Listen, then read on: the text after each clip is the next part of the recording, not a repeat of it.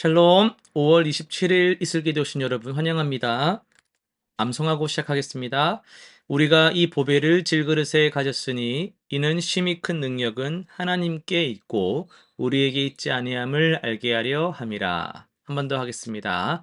우리가 이 보배를 질그릇에 가졌으니 이는 심히 큰 능력은 하나님께 있고 우리에게 있지 아니함을 알게 하려 함이라. 고린도후서 4장 7절 말씀. 아멘. 오늘 우리가 살펴볼 말씀은 민수기 36장과 시편 80편, 이사야 28장, 그리고 요한 2서 1장입니다. 네 본문을 외침이라는 관점에서 살펴보도록 하겠습니다. 민수기 36장입니다. 길르앗 족장들의 외침은 단순한 불만이 아니라 하나님의 약속에 대한 신실한 관심에서 나왔습니다.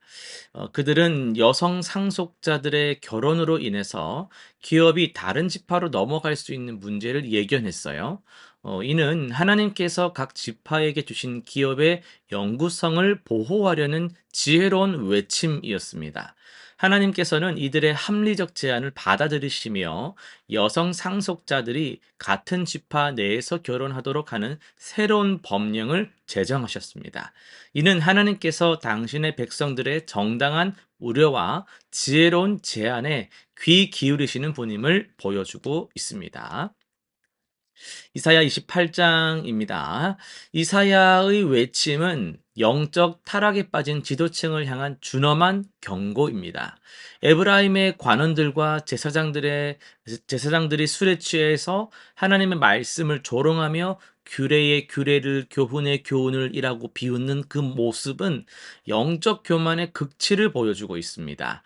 그러나 하나님께서는 이런 그들에게도 어린아이를 가르치듯 인내로 반복해서 말씀하세요. 진정한 소망은 시온에 놓으신 모퉁이 돌, 곧 메시아에게 있습니다. 믿는 자는 급급하지 아니하며 공평과 정의가 하나님 나라의 기준이 됩니다. 이는 교회가 세상의 조롱 속에서도 흔들리지 않는 믿음의 기초를 가져야 함을 보여주고 있습니다. 이어서 요한 2서 1장입니다. 사도 요한의 외침은 사랑과 진리가 조화를 이루는 성숙한 신앙 공동체를 향한 권면입니다. 택함받은 부녀와 그 자녀들에게 보내는 이 편지는 개인적 친밀감과 사목적 책임감이 어우러진 목회 서신입니다. 요한은 진리 안에서 행하는 것이 곧 하나님의 계명대로 서로 사랑하는 것임을 강조하죠. 동시에 그리스도의 육체적 그 성육신을 부인하는 거짓 교사들을 단호히 거부하라고 경고하고 있습니다. 이는 오늘날 우리 교회가 사랑의 이름으로 진리를 타협해서도 진리의 이름으로 사랑을 포기해서도 안 됨을 보여주는 균형 잡힌 신앙의 모습입니다. 오늘은 시편 말씀을 통해서 하나님 말씀을 더 깊이 나누려고 하는데요. 80편을 통해서 응답받는 외침의 비밀이란 제목으로 말씀을 전하도록 하겠습니다. 야, 거기 좀 봐. 어이! 하고 막 길거리에서 들리는 이런 외침, 그리고 하나님 도와주세요! 라는 기도의 자리에서의 외침. 똑같은 외침이거든요.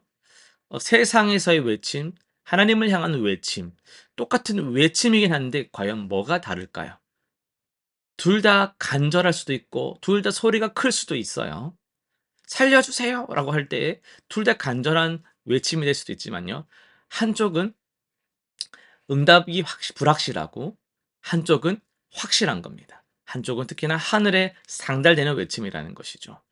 시편 80편의 그 아삽은 응답받는 외침의 달인이었습니다. 그가 살던 시대는 북이스라엘이 아수르에게 완전히 멸망당하고 남유다마저 풍전등화와 같은 절체절명의 순간이었거든요.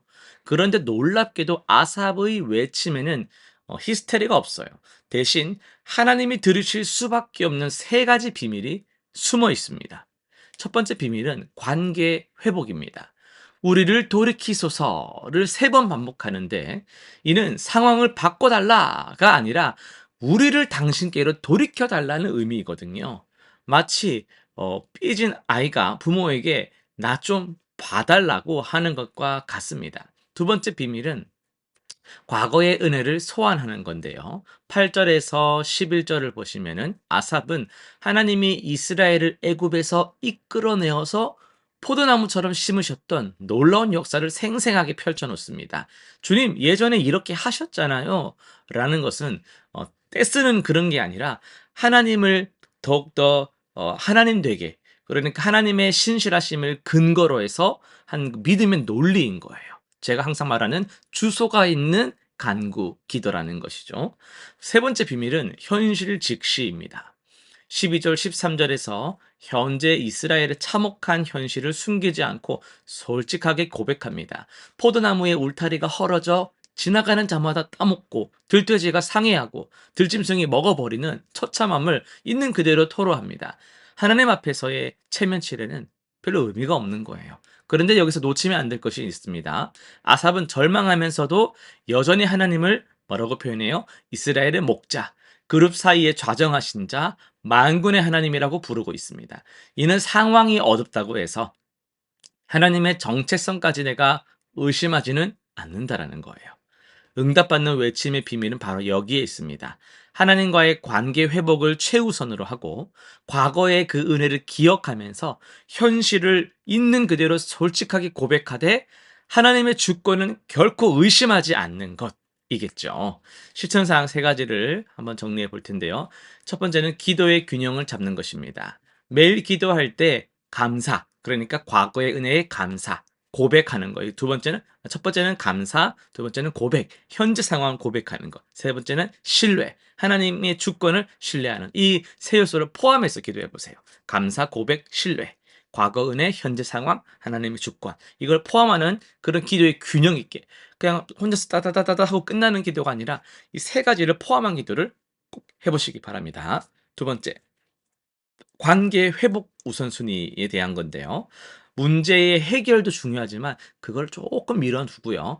먼저 하나님과의 그 관계가 온전한지를 점검하고 관계 회복의 우선순위를 한번 두는 기도로 나아가 보시길 바랍니다. 세 번째는요. 공동체적 강구인데요.